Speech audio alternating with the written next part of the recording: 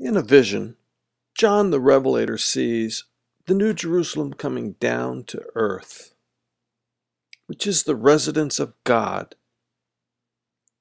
And it is the same structure in which the tabernacle in the wilderness was designed after. According to John, the height, width, and length of this structure is 1,500 miles. This holy city has a wall, which is 216 feet thick, and its composition is clear as glass. During the millennium, this holy city is where we will dwell with God, inside the wall of this city. However, outside the holy city's wall will be those left of the nations which are to be ruled with a rod of iron. Previously, in video 16, we found that the kingdom of God consists of 5 components. That Christ is the king of this future kingdom, and that the territory of his kingdom will be the whole earth. We also found that Christ's ascension into heaven was the beginning of a journey to receive and then return with the Father's house. We further established that when Christ returns, he will gather us to himself, to the place he prepared for us, where we will be forever with Christ, within the Father's house. And it is within the Father's residence where we will be priests of God and will reign with Christ. And it is from the Father's house that we, together with Christ, will rule those left of the nations, which are predicted to fight against Christ at the future siege on Jerusalem. And these are the 5 components of the kingdom which Christ addresses in his parables. Shalom. My name is Guy Smith, and this is the 17th video in this channel as the days of Noah. In this video, we're going to examine the parable of the tares and identify these 5 components of the kingdom in an effort to determine what you can expect to see on the day of the second coming of Christ. The first and foremost component is the king, which is Christ. In the parable of the tares, Christ the King identifies himself as the sower of the good seed. The second component of the kingdom is the king's territory, which will be the whole earth.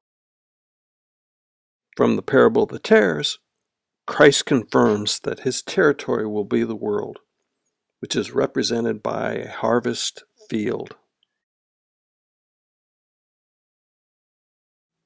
For now, we're going to skip the third component and address how to sequence the fourth component of the kingdom, which is the king's family, which are those believers that Christ will gather unto himself at the second coming of Christ. The fourth component in the parable of the tares is represented by the good seed.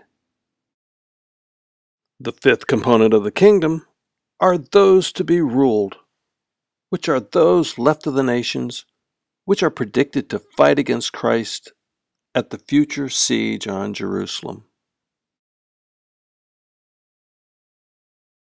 These are those individuals which are to be ruled with a rod of iron, and are identified in the parable of the tares as the tares, which symbolizes the people of the devil. Which brings us to the third component of the kingdom, the king's residence, which is the Father's house. And after receiving this essential part of the kingdom, Christ will return with the Father's tabernacle, and he will gather us into himself, inside the New Jerusalem, where we will be forever with Christ. However, outside the wall of the holy city will be the nations which will be ruled with a rod of iron. And these nations will be restricted from entering the Father's house. In the parable of the tares, Christ addressed the Father's residence when he clarified that there will be uninvited guests within the border of his residence.